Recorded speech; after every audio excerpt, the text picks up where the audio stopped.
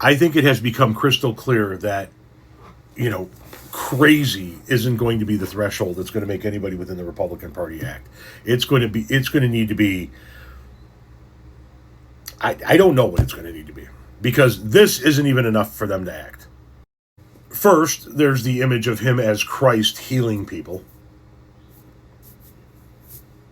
Nothing from this cabinet. And then, of course, this. His attack on Pope Leo. Pope Leo is weak on crime and terrible for foreign policy.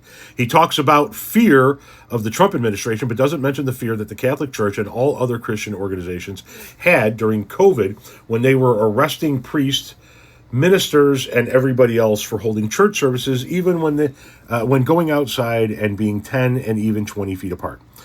I like his brother Louis much better than I like him because Louis is all MAGA. He gets it and Leo doesn't.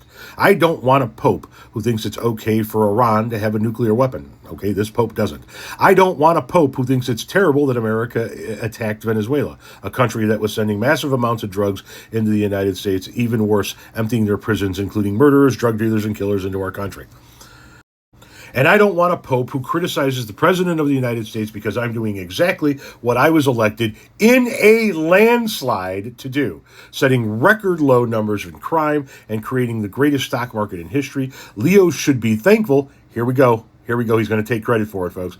Leo should be thankful because, as everyone knows, he was a shocking surprise. He wasn't on any list to be pope and was only put there by the church because he was an American and they thought it would be the best way to deal with the president, Donald J. Trump. If I wasn't in the White House, Leo wouldn't be in the Vatican. Unfortunately, Leo's weak on crime, weak on nuclear weapons, does not sit well with me, nor does the fact that he meets with Obama sympathizers like David Axelrod, a loser from the left, who is one of those who wanted churchgoers and clerics to be arrested. Leo should get his act together as Pope, use common sense, stop catering to the radical left, and focus on being a great Pope, not a politician. It's hurting him very badly, and more importantly, it's hurting the Catholic Church. President Donald J. Trump. Catholics, Christians in general, but Catholics specifically, what say you about his attack on the Pope and an image of himself as Christ healing people?